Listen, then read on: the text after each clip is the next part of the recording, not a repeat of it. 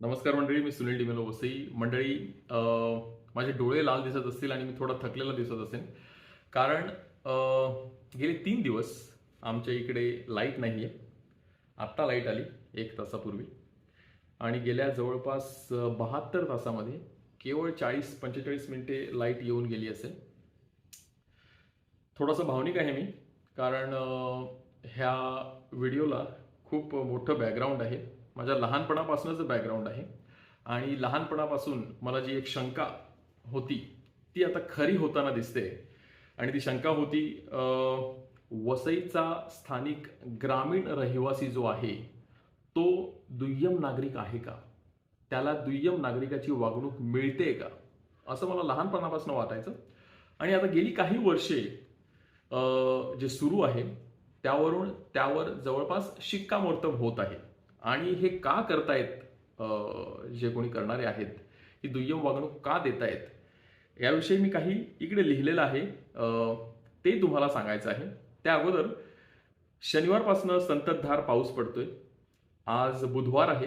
बुधवारचे जवळपास 9:45 वाजलेले आहेत. 9 वाजता लाईट आली आमची. आणि रविवारपासून आमची लाईट नाहीये. सोमवारपासनं मोबाईलचं नेटवर्क म्हणजे कॉलिंग नेटवर्क असते ते देखील नाहीये.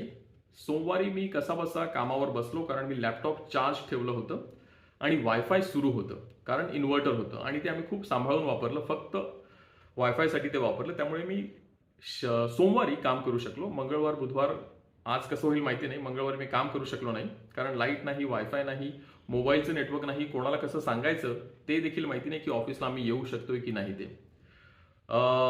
तर ही आहे बॅकग्राऊंड, हे मला का वाटतं त्याची. आणि त्याची काही कारणं मी इकडे देणार आहे, मला हे का वाटतं त्याची. पण त्या अगोदर मला वसई विभागाचे जे खासदार आहेत ते, वसईच्या ज्या आमदार आहेत त्या, आणि आमच्या प्रभागाचे जे 4 नगरसेवक आहेत त्यांना एक छोटासा प्रश्न विचारायचा आहे.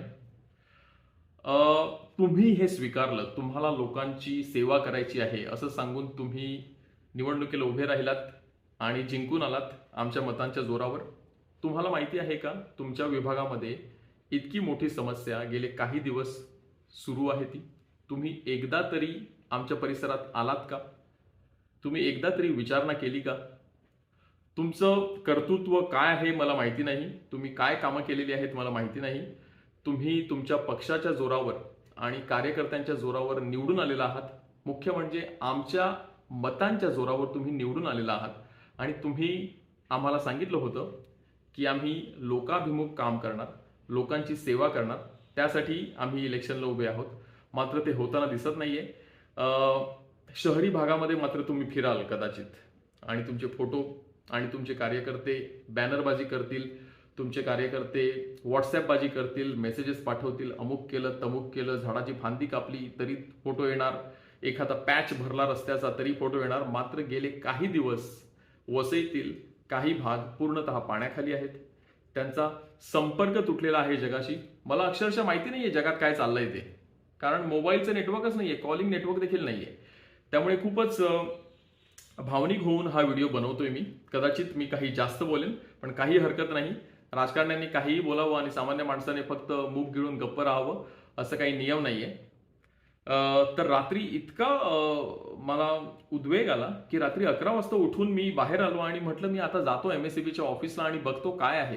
पण नंतर माझ्या लक्षात आलं की पाणी भरपूर आहे, साप वगैरे असू शकतात, काळोख आहे पूर्णतः, आणि कदाचित MSEBचे जे कर्मचारी आहेत ते गेले असतील काम करण्यासाठी. कुठेतरी झाड तुटलं असेल, कुठलं असेल, काहीतरी झालेलं असेल.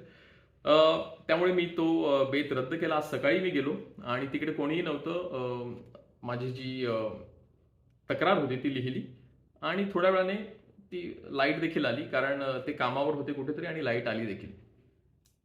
तर नगरसेवक, आमदार, खासदार, तुम्हाला नम्र विनंती आहे, तुम्ही कृपया गावामध्ये फिरा, फक्त शहरात फिरू नका आणि आमची जी समस्या आहे त्याकडे लक्ष द्या. मंडळी, मला असं का वाटतं की वसईच्या स्थानिकांना दुय्यम वागणूक आणि दुय्यम नागरिकाचा दर्जा दिला जातो. त्यांच्या ज्या सुविधा आहेत त्या त्याप्रमाणेच असतात. एक म्हणजे आता इतके दिवस आमच्या इकडे लाईट नव्हती, पण इतके दिवस शहरामध्ये म्हणजे आता मी राहतो बोळींच्या पलीकडे लाईट नसेल ह्याची कल्पना देखील तुम्ही करू शकता का? कारण सर्व मोठे लोक तिकडे राहतात, शहरात राहतात, त्यामुळे त्यांची लाईट 4-5 तासाच्या जास्त जाऊ शकत नाही. हे दे कांट अफोर्ड इट, कारण मोठमोठी लोक तिकडे आहेत आणि स्थानिक म्हणजे कायच नाही ना. त्यामुळे त्यांची लाईट तिकडे तशीच शाबूत राहणार, 3-4 तासामध्ये लाईट येणार. पण जगामध्ये कुठेही खूट झालं, चंद्रावरचा एक दगड जरी इकडचा तिकडे झाला तरी आमच्या भागात लाईट जाणार, आमचं फिडर बंद होणार. नारंगीला अमुक झालेलं आहे, तिकडे तमुक झालेलं आहे. म्हणजे कुठेही काहीही झालं तरी स्थानिकांची लाईट जी आहे, ग्रामीण भागातली लाईट जी आहे ती पहिली घालवली जाते आणि अशी दुय्यम वागणूक दिली जाते आणि त्याला म्हणजे युद्ध पातळीवर त्यावर कोणतंही काम केलं जात नाही. आरामशीर करूया सावकाश, अशीच सर्वांची वागणूक असते. अशाच पद्धतीने सर्व निर्णय घेतले जातात असं मला वाटतं.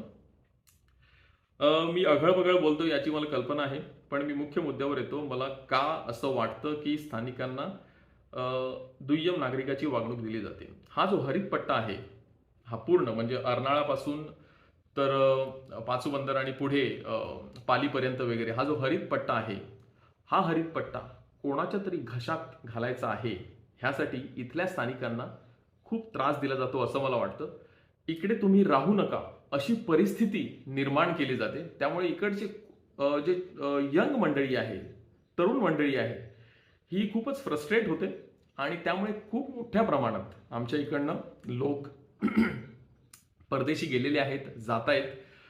माझी मोठी मुलगी सांगते की मला तर ह्यातनं बाहेर पडायचं आहे, मला नकोय हे सर्व, आपण हे सर्व का सहन करतोय. छोटी मुलगी काल मला सांगते की आपण ना एक काम करूया, आपण बोळींच्या पुढे राहायला जाऊया, कारण तिकडे त्यांना सर्व सुविधा मिळतात, त्यांची लाईट जात नाही, तर आपण कमीत कमी बोळींच्या पुढे राहायला जाऊया. अशी परिस्थिती मुद्दाम निर्माण केली जाते की स्थानिकांनी इकडे राहू नये, हळूहळू त्यांच्या जमिनी विकाव्यात. कारण हे राजकारणी लोक जे असतात ना आणि जी धोरणं आखणारी लोक असतात, ह्यांची जी धोरणं असतात ती पुढच्या 25, 30, 50 वर्ष पुढचे असतात. जसं काय म्हणतात, आपली ती बुलेट ट्रेन येणार आहे, त्याच्या आजूबाजूच्या जमिनी जिकडनं ती जाणार आहे त्या जमिनी अगोदरच कोणतरी वेगळे लोक खरेदी करतात कमी किमतीला आणि नंतर सरकारला अवाच्या सव्वा किमतीला त्या विकल्या जातात. तर हे त्यांचे आडाखे असतात, हे अगोदरच त्यांनी बांधलेले असतात. त्याप्रमाणेच मला वाटतं हा जो वसई कॅलिफोर्नियाप्रमाणे हा जो प्रदेश आहे तो मोठमोठ्या लोकांच्या हाती लागावा, त्यांच्या घशात घालता यावा. त्यामुळे इकडचे स्थानिक लोक जे आहेत त्यांच्या संस्कृतीची, त्यांच्या रीतिरिवाजांची आणि त्यांच्या राहणीमानाचा दर्जा इतका खाली आणावा की ते लोक वैतागून हे सोडून द्यावेत आणि मोठ्या प्रमाणात इकडनं स्थलांतर व्हावं स्थानिकांचं. असा हा छुपा अजेंडा असावा की काय असं वाटतं. आणि गेल्या काही वर्षातल्या ज्या घटना घडत आहेत त्यावरून त्याला दुजोराच मिळतोय. सोयी सुविधांचा अभाव. आता सोयी सुविधा म्हणजे काय, शहरामध्ये चकचकीत रस्ते, आता तर विरारला तुम्ही बघाल तर 1.5-1.5, 2-2 फूट वरचे रस्ते असे उंच केले का, पाणी जमा होतं म्हणून रस्त्यावरती. त्या रस्त्याचा खर्च किती प्रचंड असेल ह्याची कल्पना देखील मी करू शकत नाही. पण आमचे रस्ते फक्त पॅचवर्क, ओके, इकडे पॅच तिकडे पॅच, मोठा गतिरोधक, झाला रस्ता, फोटो काढा, व्हॉट्सअपगिरी करा, बॅनरबाजी करा, संपला विषय. सोयी सुविधांचा असा अभाव. मला वाटतं दुसरी समस्या जी आहे ती वीज. एमएससीबीला मला वाटतं जाणून बुजून विलन बनवलं जात आहे आणि एमएससीबीच्या जागेवर, कारण एमएससीबी वैताग आला असं स्थानिकांनी एकदा बोलायला सुरुवात केली की त्यांच्या जागेवर त्यांचा जो मोठी धेंड आहेत ती आणून बसवायची, अवाच्या सव्वा बिला आकारायची. हा एक छुपा अजेंडा असावा असं वाटतं. कदाचित खरं असेल खोटं असेल मला कल्पना नाही, जाणकार यावर नक्कीच सांगू शकतील. शहरातील पथदिवे जे असतात, मी रात्री जेव्हा येतो, उशिरा येतो, तेव्हा शहरात एकदम झगमगाट असतो आणि एकदा आम्ही गावात शिरलो की काळोख.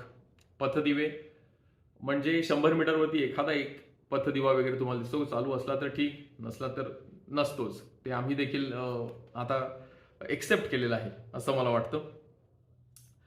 शहरामध्ये प्यायला पाणी आहे, गावामध्ये घराघरात पाणी योजना आहे. पाणी अडवा पाणी जिरवा अशी काही योजना आहे की काय असं वाटतं. इतक्या मोठ्या प्रमाणात पाणी तुमच्या आजूबाजूला कित्येक दिवस तसंच राहतं आणि मग ते साचून राहतं, त्याला दुर्गंधी येते, त्यातलं एक कुजलेला असा वास येतो, त्यामुळे डासांची पैदास होते, किड्यांची पैदास होते आणि तुम्हाला संध्याकाळनंतर घराचे दरवाजे खिडक्या उघडं ठेवणं अगदी जिकिरीचं मुश्किल होऊन जातं. त्यामुळे रोग फैलावतात. आता याला जबाबदार कोण हे देखील आपण पाहिलं पाहिजे की लोकांच्या आरोग्याशी हा खेळ खेळला जातोय, यातनं मोठमोठाले रोग पसरतात. ही देखील एक समस्या आहे. प्यायचं पाणी तर देतच नाहीत. प्यायचं पाणी आमचं आम्ही बघतो. आता तर त्यांनी 2 ते 3 दिवस आता देखील मोबाईल नेटवर्क नाहीये. मी कॉल करू शकत नाहीये कोणाला. मोबाईल नेटवर्क देखील गायब करायचं हे पहिल्यांदा झालंय. पहिल्यांदाच झालेलं आहे. गेले 2-3 दिवस मोबाईल नेटवर्क पूर्णतः गायब आहे. म्हणजे मोठमोठ्या कंपन्या, आता माझं आहे एअरटेल आहे, कोणाचं जिओ असेल, कोणाचं जे काही असेल, कोणाचंही नेटवर्क नाहीये. इमर्जन्सी कॉल्स ओनली असं ते आहे. तर आता त्या लोकांना देखील ह्या षडयंत्रामध्ये सामील केलंय की काय असं वाटायला लागलेलं आहे. खूपच दुर्दैवी आहे हे. कारण स्थानिकांना मी ज्याप्रमाणे पुन्हा म्हणतोय की एखाद्या दुय्यम नागरिकाप्रमाणे ही वागणूक दिली जाते आणि कर मात्र 100% वसूल केला जातो. स्थानिक जे आहेत ते पापभिरू असतात, कायदे कानून पाळणारे असतात, 100% कायदे पाळतात ते. मात्र आमच्या गावातून बेकायदा जी वाहतूक होते, समुद्रकिनारी जाणारे रिक्षा, 8-8 लोक भरून रिक्षाने जातात, जाताना शिवीगाळ करतात, बियर आणि दारूच्या बाटल्या अशा रस्त्यावर फेकतात, जाणाऱ्या येणाऱ्यांची छेड देखील काढली जाते, कधी एखादी टपली मारून जातात लोक, कधी कधी काही अपघात देखील झालेले आहेत, स्थानिकांना मारहाण देखील झालेली आहे. आणि जाऊन तिकडे काय करतात तर अनधिकृतरित्या दारू पिणं आणि काही इतर जे प्रकार घडतात, जे सर्व तुम्ही जाणता, ते करणं, हे सर्व चालतं. पण त्याकडे डोळेझाक केली जाते, त्याकडे पाहिलं जात नाही आणि स्थानिकांना ह्या प्रकारे देखील त्रास दिला जात आहे. अजून मी काय लिहिलेलं आहे,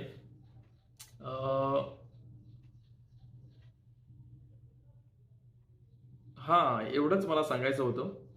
पाण्याचा निचरा होत नाही, तर कुठे जाता येत नाही. पाण्याचा निचरा होत नाही. आता आमच्या इकडे माझा जो भाग आहे, इतर ठिकाणी जे आहे, इतर ठिकाणी लोक हिंडू फिरू शकतात, त्यांच्या बाईक्स काढून ते जाऊ शकतात.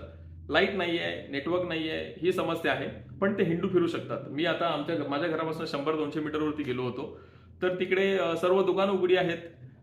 चिकन मटनची दुकानं उघडी आहेत, बकरे कापून ठेवलेले आहेत. म्हणजे लोक येणार हे त्यांना माहिती आहे, कारण तिकडे लाईफ नॉर्मल आहे.